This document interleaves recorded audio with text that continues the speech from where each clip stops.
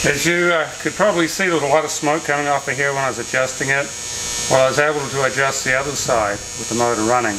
On this side I can't because the oil is coming out and it's going all over the headers. So this is how we adjust it when we do it without it running.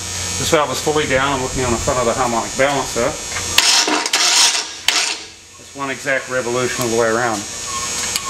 Back it off. Instead of listening for it tapping, which is what I was doing before, I was listening for the rocker starting to make noise. Now what I do is I feel for the push rod, and I just take the slack out. Now the push rod was twirling, and then it stopped twirling. So that's at 0 there. And then I'm going to pull it down a half turn. Turn it a half. Right about there. And I do this tight, just firm, and then tweak that a little bit, and that's adjusted. And then I'll do it again with a torque wrench, but that for all intents and purposes is set. Okay, so we're going to do the next one now. All the way down.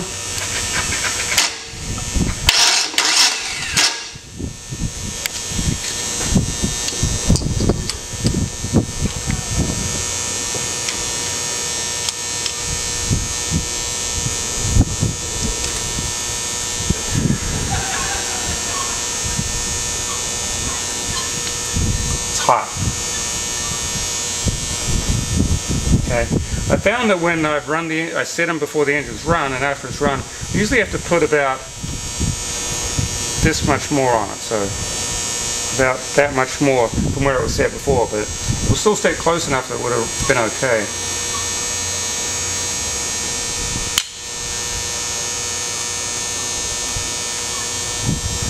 The beauty of using these kind of locks is you can tell right where it's tight, because the nut will get tight. Yep, see, it's tight right there.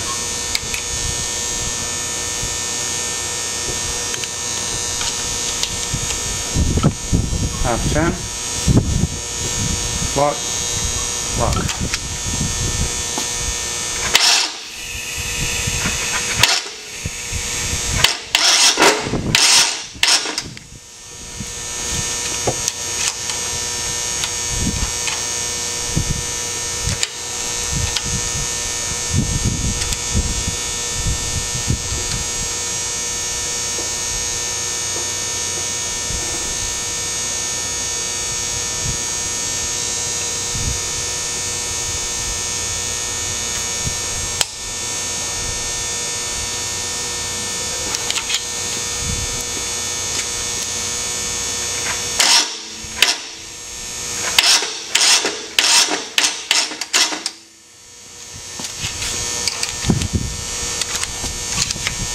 I'm just going to take this one off to look to make sure the contact patch looks where I want it to be.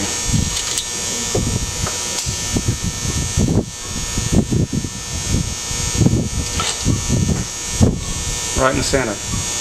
Can't really see it with the camera, but there's a mark right there that tells me this rocker is running right in the center of the valve, which is where I want it to be.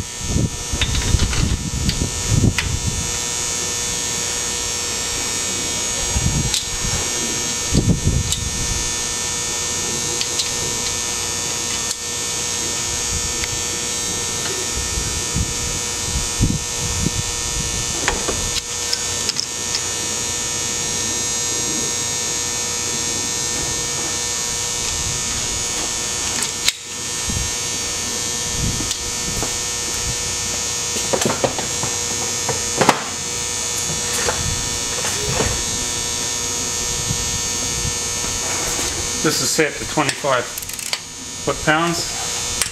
That one moved a tiny bit, that one didn't move at all. Nothing. A little bit. Nothing. Nothing. Nothing. Nothing. The way I torque them is to make sure they are all at least to a minimum amount.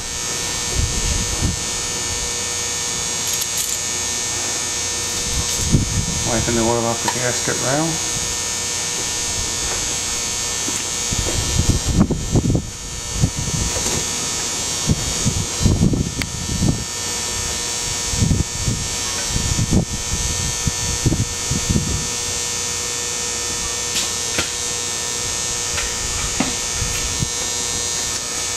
This is a pretty sweet running motor. I'm quite pleased with it.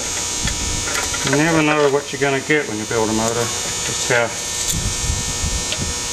well it's going to work. But this one seems to be very crisp, very lively.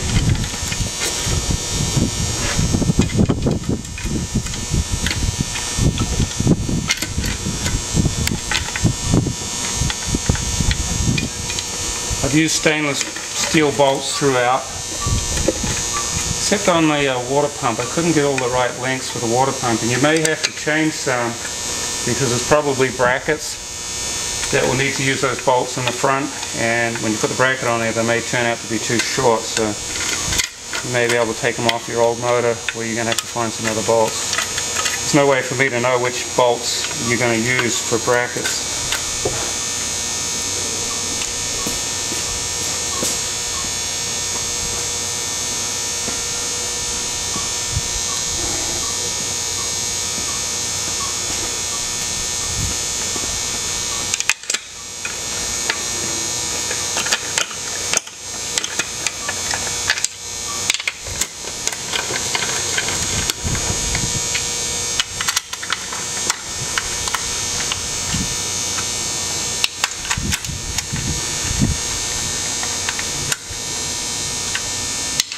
These spark plug wires are different from the ones that I showed on the receipt. The other ones were less expensive, and I was cutting them to length, and one of them I made a mistake on it, and so I ruined that wire set. I'll use it for another motor. But these wires are even better ones. These are $85 wires, and I'm only charging you $40 or something for them.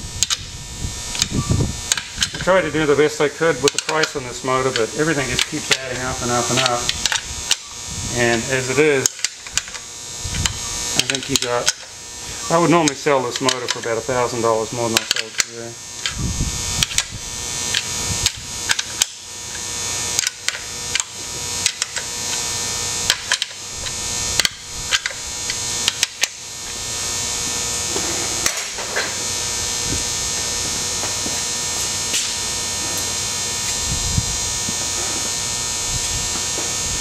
This is just some brake cleaner to try and get rid of some of the oil we spilled.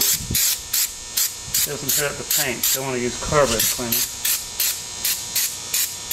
When I start this up again in a few seconds, it'll probably smoke a little bit.